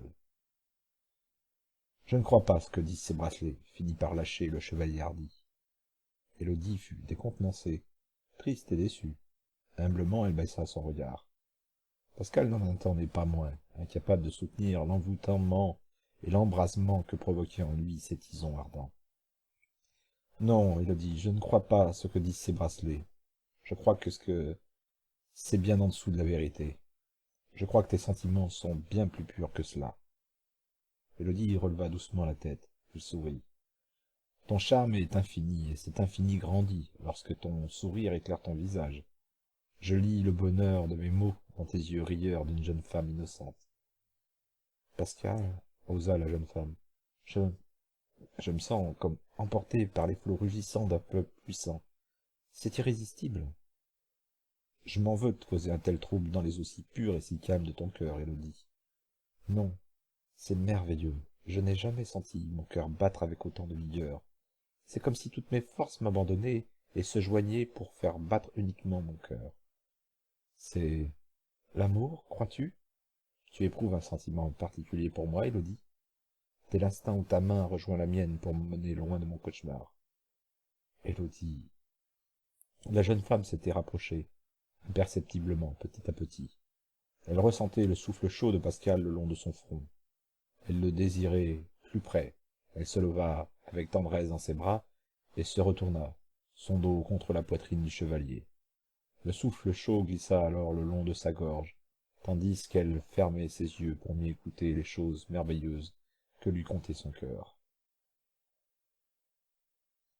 Le calme régnait dans le château, en apparence, car chacun était à son poste. Une vigie placée dans la plus haute tour signala discrètement l'arrivée de Jenka et son armée. Ils étaient à un bon kilomètre. Il fallait attendre, surtout ne pas se précipiter. Attendre que ce traître vienne à eux. Ils sont nombreux, chevalier, dit le roi. Peut-être, majesté. Mais ils ne sont pas parfaitement équipés. Il y a beaucoup de paysans parmi les combattants. Ils abandonneront vite si la bataille tourne rapidement à notre avantage.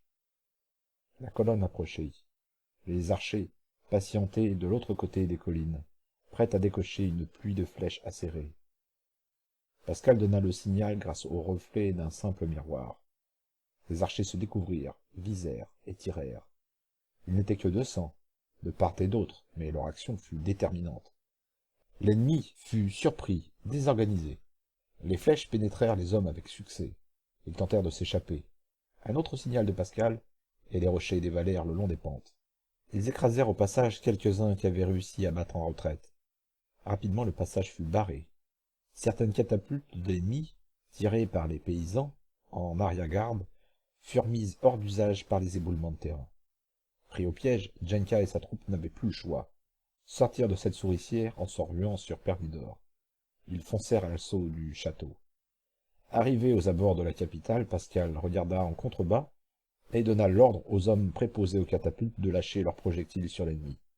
Des dizaines d'hommes s'écroulèrent sous le feu de l'huile bouillante enflammée, sous les piqûres des abeilles excitées et affolées. Pascal chercha le chevalier écarlate. Ce couard se tenait en retrait, solidement encadré par ses plus fidèles lieutenants. Les paysans s'affolèrent et détalèrent comme des lapins. Ils n'étaient guère entraînés aux duretés de la guerre, et l'enthousiasme des premières heures fit place à la plus rapide des débandades. Leur impétueux chef, venu défier l'autorité royale, subit l'affront de la désertion massive. Pourtant, des catapultes étaient demeurées intactes. Les soldats les mirent en place et les tournèrent vers les remparts de Perdidor. Les catapultes, Majesté, dit Pascal. C'est le moment de faire une percée dans les rangs de l'ennemi, sinon ils vont nous bombarder longuement, jusqu'à ce que Perdidor ne soit plus qu'une ruine. Allez-y, sortez le premier, et nous vous suivrons dans votre sillage. À ces mots, Pascal se précipita dans l'escalier.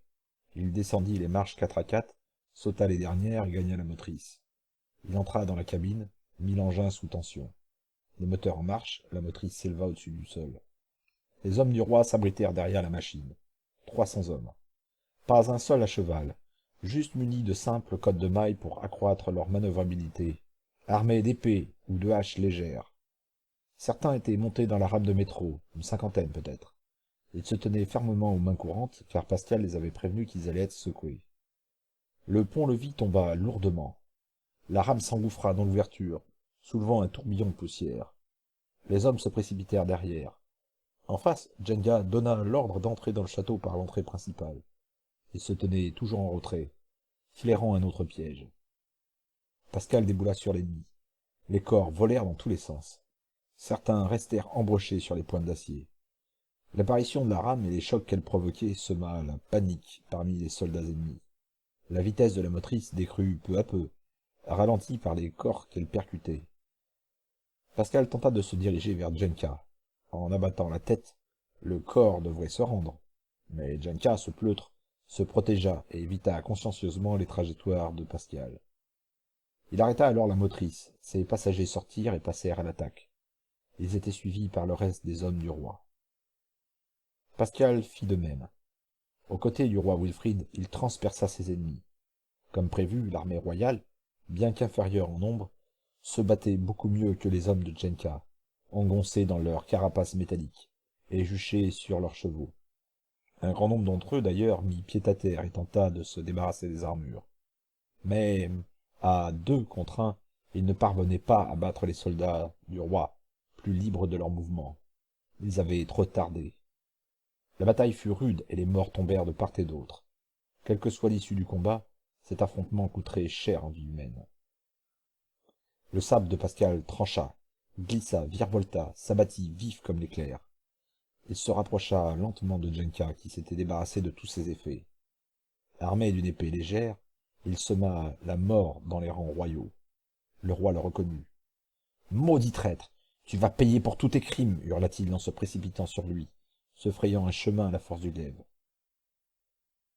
Pascal suivait de près, lui emboîtant le pas. Les épées des deux ennemis s'entrechoquèrent. Le roi, fou de rage, frappa avec la violence d'un forcené. Il asséna de grands coups qui firent trembler Jenka. Des coups donnés avec une grande maîtrise de l'art du combat. Soudain, l'épée royale se brisa. Interloqué, le roi en oublia la réaction de Jenka. Ce dernier se redressa et tenta de transpercer le cœur de Wilfrid. Pascal bloqua son épée avec son propre sabre, sauvant ainsi le roi. Il devint le nouvel adversaire de Jenka. « J'attendais ce moment depuis longtemps !» hurla Jenka. « Moi de même, Jenka, répondit Pascal. « Tu vas mourir, jeune fou, lui dit le traître. Tente donc de me tuer. » La réaction fut à la mesure. C'était presque trop facile. Le sabre arracha la cotte de maille, lacérant profondément le bras de Jenka. Celui-ci n'accorda aucune importance à cette blessure et repassa à l'attaque. Peine perdue. Jenka était une force de nature, soit, mais il était incapable de se déplacer aussi vite que Pascal. Le sabre pénétra dans le cœur du chevalier. Jenka, mortellement blessé, s'écroula. « Non, murmura-t-il. Tu mourras de ma main, lâcha-t-il dans son dernier souffle. Une douleur aiguë jaillit dans le dos de Pascal. Tout d'abord, il crut à une piqûre d'insecte, mais non. La douleur était trop violente pour n'être qu'une simple piqûre. Il se retourna et découvrit un visage qu'il ne croyait plus revoir. Julian, ce magicien, ce voleur qui les avait trahis une première fois.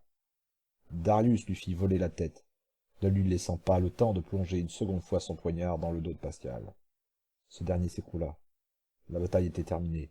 Les derniers hommes fidèles à Jenka se rendirent sans difficulté. Les amis de Pascal formèrent un cercle tout autour de lui. Darius le prit dans ses bras et le transporta au château. Derrière eux, des corps, des centaines de corps, des prisonniers. Un spectacle désolant, affligeant. Des armes brisées, des corps transpercés, découpés à la hache. La réponse de la violence à la violence. Au loin, plantée devant une fenêtre du château, Élodie tremblait d'angoisse, le cœur serré. Elle ne distinguait personne dans la confusion totale de la bataille. Elle attendait le retour des siens. Elle attendait de pouvoir se jeter dans les bras du chevalier de son cœur.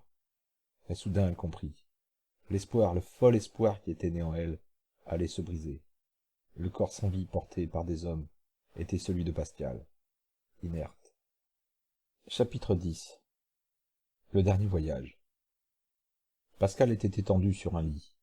Le dos était bandé, mais la blessure était très profonde et le sang s'infiltrait à travers son bandage. Il formait peu à peu une tache rouge grandissante sur les draps blancs. À ses côtés, ses amis veillaient. Le roi Wilfrid, non loin de là, s'entretenait avec son médecin personnel. Celui-ci secouait la tête d'une façon négative. Il était impuissant. Le bas du dos avait été touché, le rein probablement. La blessure était trop large pour se fermer d'elle-même. Wilfrid se pencha sur Pascal. Il lui parla au creux de l'oreille. « Mon médecin me dit que ta blessure est grave, chevalier. Je vais mourir, majesté. J'en ai peur. Il faut qu'il me recouse. » Recoudre? Hélas, ce n'est pas le travail d'une couturière. Notre médecine est impuissante à te soigner, chevalier. Nous ne pouvons plus rien faire. Veux-tu quelque chose pour ton dernier voyage, chevalier? J'aimerais rester avec Élodie, majesté, pour lui parler de mon voyage. Lorsque vous reviendrez, majesté, je ne serai plus là. Je vais repartir dans mon monde, en espérant pouvoir y être soigné à temps. Chevalier, je saurai me souvenir que tu m'as apporté courage, espoir et la victoire. Je saurai aussi prendre grand soin de tes amis, n'aie aucune crainte. Adieu, chevalier. La porte se referma lentement. Pascal demeura seul avec Élodie. Je ne veux pas te laisser, lui dit Élodie en fondant en larmes. Tu veux m'accompagner dans mon monde, mais si je meurs, tu seras seul dans un monde qui t'est totalement étranger. Je ne veux pas te perdre. Alors aide-moi à joindre mes poignets. La jeune femme saisit alors les bras de Pascal en se blottissant contre lui. Les deux bracelets se touchèrent. La réalité s'effaça. Élodie ne rencontra plus que le vide sur le lit taché de sang. Au même instant, dehors et plus loin, dans la grotte, toutes les traces du passage de Pascal disparurent. Tout ce qui n'avait pas lieu de se trouver dans ce monde retourna au XXIe siècle. Tel devait être le destin de celui qui porterait ces bracelets. Elle pleura l'être aimé, en sachant qu'il conservait une chance de survivre dans son monde. Un jour, peut-être. Pascal se retrouva sur le périphérique parisien. Il était presque désert. Une voiture des patrouilleurs municipaux se dirigea vers lui et stoppa. Il perdit connaissance. Bip, bip régulier de l'appareil. C'était ce bruit qui avait dû le réveiller. Il ouvrit les yeux comme s'il sortait d'un long sommeil de 100 ans, tel la belle au bois dormant. Sa vue était brouillée. Il distinguait à peine son entourage. Il était alité dans une chambre d'hôpital. Mais pour quelle raison? Oui, le coup de poignard dans le dos. Il ressentit la douleur vive. Elle se réveillait, elle aussi. Elle l'avait tiré du sommeil. Il avait du mal à se souvenir des événements qui s'étaient déroulés. Tout était confus dans sa mémoire. Était-ce dû à l'anesthésie subie avant d'être opéré? Il tenta un mouvement. En vain. Ses membres pesaient des tonnes. Ses doigts gourds remuaient à peine. Il gisait dans ce lit depuis plusieurs jours. Quelqu'un entra dans la pièce. Un membre du personnel médical, d'après la blancheur de la blouse. « Ah, vous êtes sorti du coma, monsieur Hardy. Vous êtes hors de danger. Non, non, non, non, ne cherchez pas à bouger pour l'instant. Vous êtes toujours très faible. Vous avez tout le temps de vous remettre sur pied. Je vais envoyer un infirmier pour vous administrer les soins. Est-ce que vous souffrez de votre blessure ?» Pascal hocha la tête comme il le plut en signe d'affirmation. Et encore, cet effort l'épuisa à un point inimaginable. Bon, je vais faire ajouter un calmant pour que vous puissiez passer une nuit tranquille. Pascal cligna des yeux en signe de remerciement. Le médecin quitta la chambre, et Pascal resta seul quelques instants.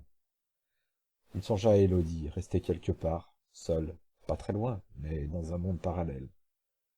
S'il trouvait le moyen de la rejoindre un jour, d'ouvrir la porte pour toujours, il vivrait heureux, loin de ce 21e siècle de folie. Mais la technologie n'était pas suffisamment avancée pour le faire. L'infirmier de service entra dans la pièce. Il déposa plusieurs médicaments sur une tablette. Puis, il prit une seringue et la tira dans le vide. Pascal ne comprit pas tout de suite. Il savait pourtant comment on piquait avec une seringue. On plantait l'aiguille dans la petite flasque, et on tirait le liquide avant de l'injecter dans le corps du patient. L'infirmier s'approcha de lui et planta l'aiguille dans la perfusion. Il poussa le piston, rempli de vide, et introduisit lentement une grosse bulle d'air. Il leva les yeux sur Pascal. Ce dernier se concentra pour discerner les traits du gars. L'homme était la copie conforme du chevalier Djenka. « Adieu, chevalier, lui dit l'infirmier. Je t'avais dit que je viendrais te tuer. Éclata-t-il d'un rire satanique. Il se désagrégea dans le néant. La bulle descendit lentement. Pascal tenta d'avertir le véritable personnel soignant, mais sa voix était trop faible. Les mots avaient la force de chuchotement.